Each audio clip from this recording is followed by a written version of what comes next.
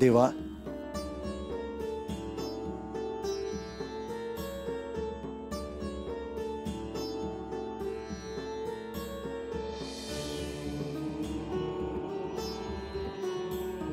असे रात्रीचे इथे एकटेच का उभे आहात?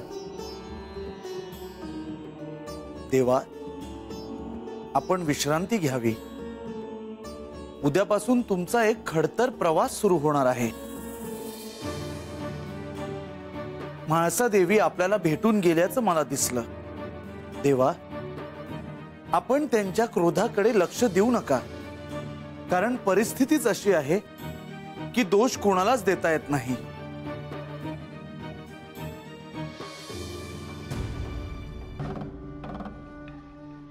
प्रधानजी, ही वेळ तर येणार होतीच.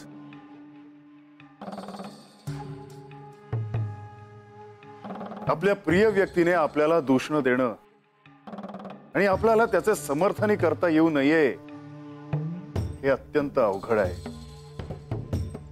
प्रधानजी, मी त्यातून चाललो आहे आणि अशा अनेक बिकट प्रसंगांना मला तोंड द्यावे लागणार आहे याची मला कल्पना आहे. देवा, उद्याचं काय ठरवलं आहे? उद्या म्हाळसेला मी सांगणार आहे की मी चाललो आहे.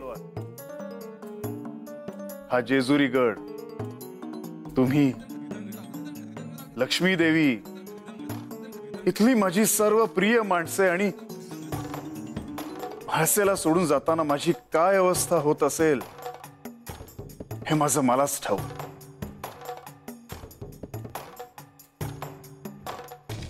पण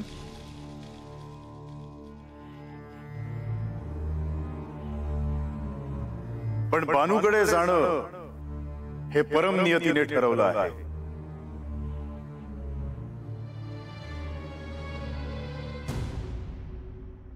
बानू, अशीच हसत राहा बघ,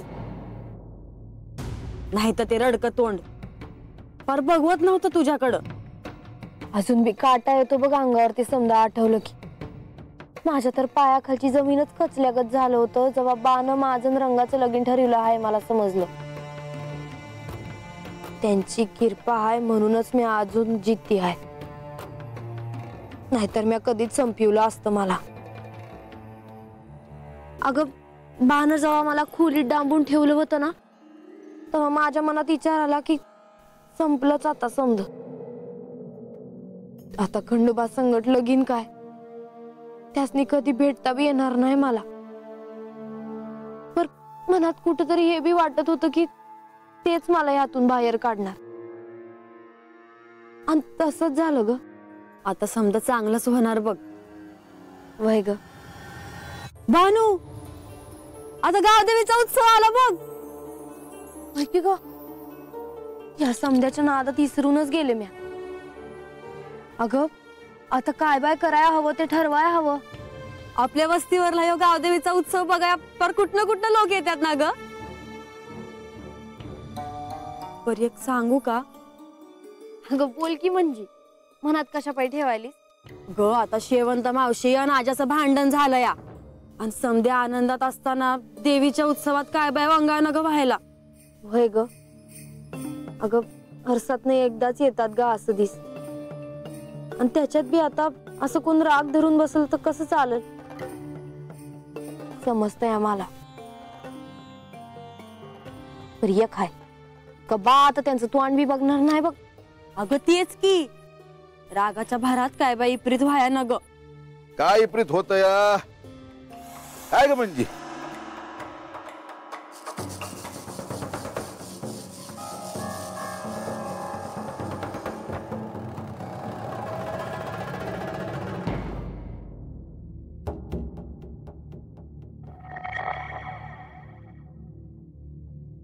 काय ग म्हणजे? या दिवशी वरडलो त्या दिवसापासून घरच टाकलंस तू. म्हाताऱ्याचा एवढा राग आला होय? तुला एक सांगू म्हणजे, हे बघ, तू बी ना मला माझ्या बानू सारखीच आहे ग. त्या दिवशी तुम्ही दोघींनी माझ्यापासून समज लपवलं ना, त्याचा मला राग आला आणि त्या नादात मी वरडलो बघ. माझी चूक माझ्या ध्यानात आली बघ. बा म्हणजे झालं ते झालं, आता नग तो विषय. होय होय, नग तू इशे. मला एक सांगा, आता गारवार सुटला असताना तुम्ही हात काय करताय? हा, काय जागायचा विचार आहे तुमचा? अरे झोपच येत नाही आणि किती दिवस झालं आमच्यात बोलणंच नाही झालं. होय, आणि तुमच्या बोलण्यामध्ये या म्हाताऱ्याचं काय काम? हा, हे आपला जातो आणि तुम्ही बी जास्त वेळ बसू नका. हा, झोपा लवकर. काय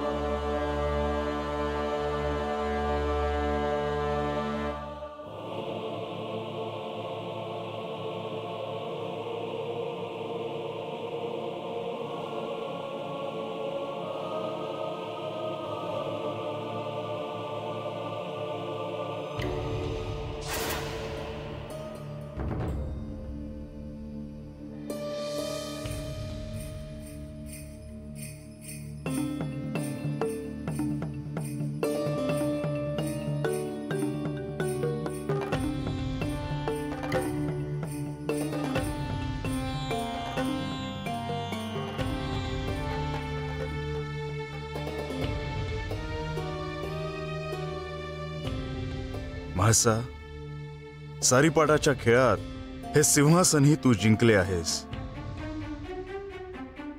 तुझ्यावर या सिंहासनाचे पूर्ण दायित्व आहे. म्हासा, तू एक आदर्श कन्या आहेस. तू एक आदर्श पत्नी आहेस. मला खात्री आहे की भविष्यात या सिंहासनाचे दायित्व तू असे पार पाडशील की प्रजेसाठी तू एक आदर्श राज्यकर्ती म्हणून ओळखली जाशील. मी तुझ्या सोबत नसलो तरी प्रजेविषयी तुला ममत्व आहे. त्यांच्यावर झालेला अन्याय तू सहन करणार नाहीस. असा ह्या पुढील प्रवासासाठी मी तुला शुभेच्छा देतो.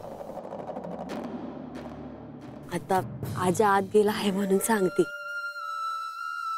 तर तुझी आणि देवाची भेट झालीच पाहिजे ग. का ग? अगं म्हणजे आता कसं सांगू तुला. आता सांगणार आहेस का नाही? अगं म्हणजे मला असं वाटतं या का मला बी औंदाच्याला भेटवशील त्यासनी. का ग?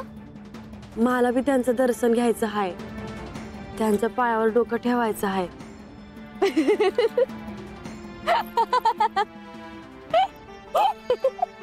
हसा काय झालं?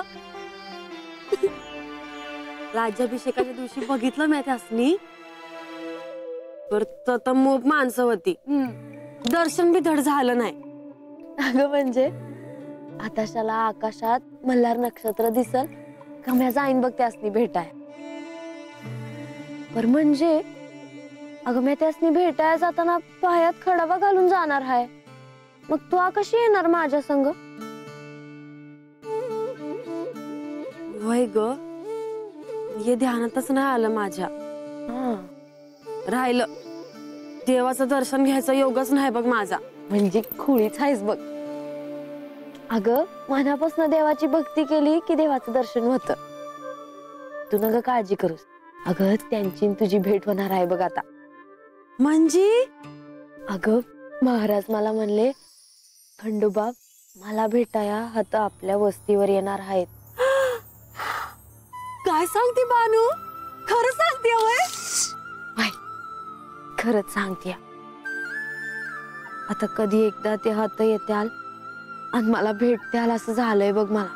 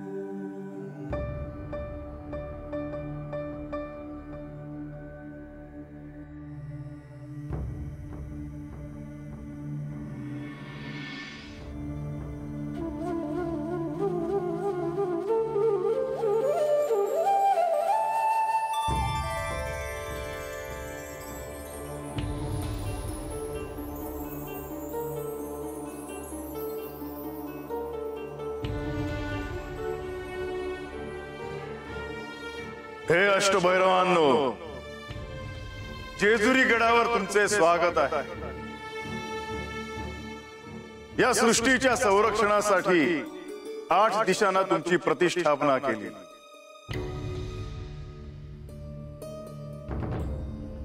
तुम्ही तुमचे कार्य सर्व शक्तीनिशी पार पाडत आहात. आज तुम्हाला इथे निमंत्रित करण्याचे एक विशेष कारण आहे. हा जेजुरी गड मी 12 वर्षांसाठी सोडून जात आहे. मी इथे नसलो तरी माझी शक्ती इथे आहे. माझी अर्धांगिनी जगज्जननी म्हाळसा देवी या सिंहासनाचे दायित्व सांभाळणार आहे.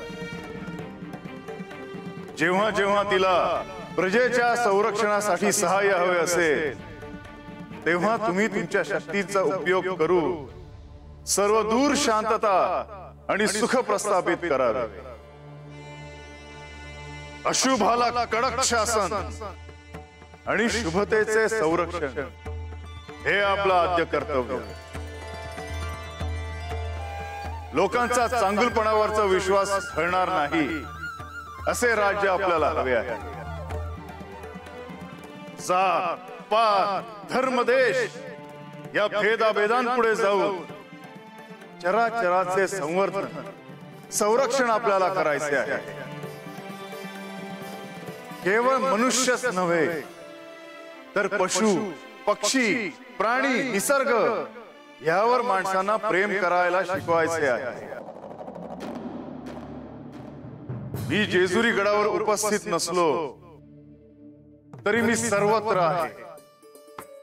जिथे जिथे तुम्हाला वाटेल की मी हस्तक्षेप करणे आवश्यक आहे तेव्हा तुम्ही मला हाक मारा, मी येईन.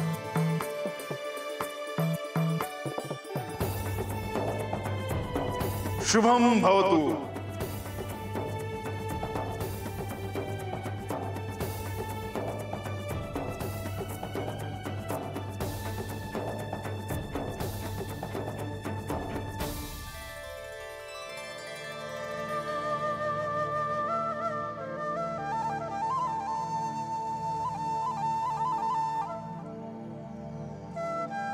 मी तुमची सर्वात श्रेष्ठ भक्त आहे हे पुन्हा सिद्ध झालं आहे. भक्त असूनही मी तुम्हाला जिंकलं आहे. आता तुमच्यावरचं माझं प्रेम आणि भक्ती अशा उंचीवर आहे की जिथे कोणी पोचू शकत नाही. हे तुम्हालाही आता पटलं असेल. तुम्ही माझे आराध्य आहात याचा विसर मला पडलेला नाही. म्हाळसा, ह्या सारीपाटाच्या खेळात तू जर जिंकलीस तर हे साम्राज्य, सिंहासन आणि माझे शिवत्व तुला देईल. पण तुम्ही हे लक्षात घ्या की आता तुम्ही संपूर्णपणे माझे आहात. माझा संसार सोडून तुम्ही कुठेही जाऊ शकत नाही. मला माझ्या संसाराचा उपभोग तुमच्या सोबत घ्यायचा आहे. तुमच्या भक्तीत, प्रेमात आकंठ बुडून जायचं आहे.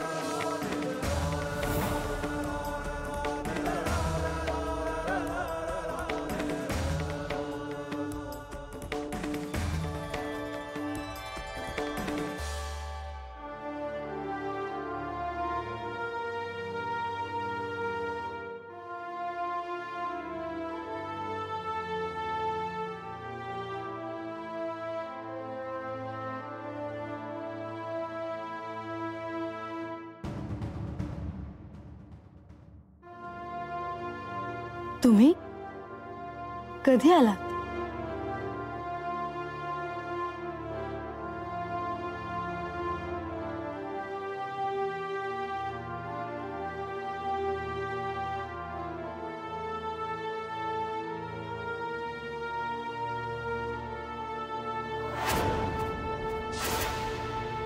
तुम्ही आज आशीर्वाद नाही दिलात.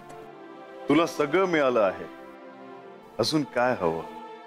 हो, हे खरं आहे. पण भक्ताला सगळं देऊन तुम्ही आनंदी आहात ना? म्हाळसा, तू केवळ माझी भक्त नाहीस तर माझी अर्धांगिनी आहेस. आज माझी पूजा सफल झाली कारण तुम्ही प्रत्यक्ष आलात. हो, कारण ही तसेच आहे. म्हाळसा, सारीपाटाच्या खेळामध्ये मी हरलो, तू जिंकलीस. तेव्हा दिलेल्या वचनाप्रमाणे मी माझे शिवत्व द्यायला आलो आहे. तुम्ही माझे झालात. आणखीन मला काय हवं? शिवत्व घेऊन मी काय करू? शिवत्व तुमच्यातच आहे म्हणून शोभा आहे.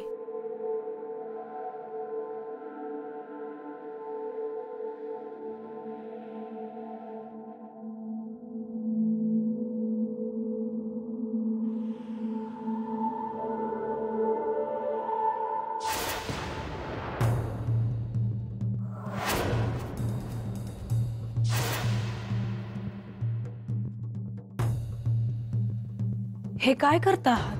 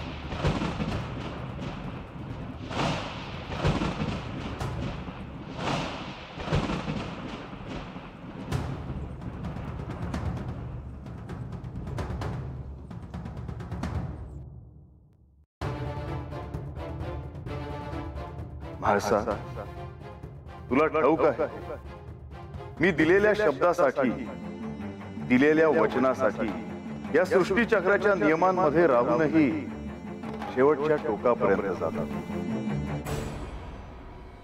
पण नियम बदलायला लागले तर मी माझे शिवत्वही पणाला लावतो. म्हाळसा, हे शिवत्व ह्या क्षणापासून तुझ्या स्वाधीन झालं आहे.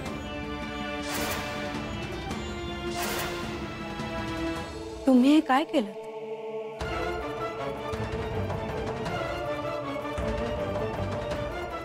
शिवाला शक्तीपासून वेगळं केलं आहे.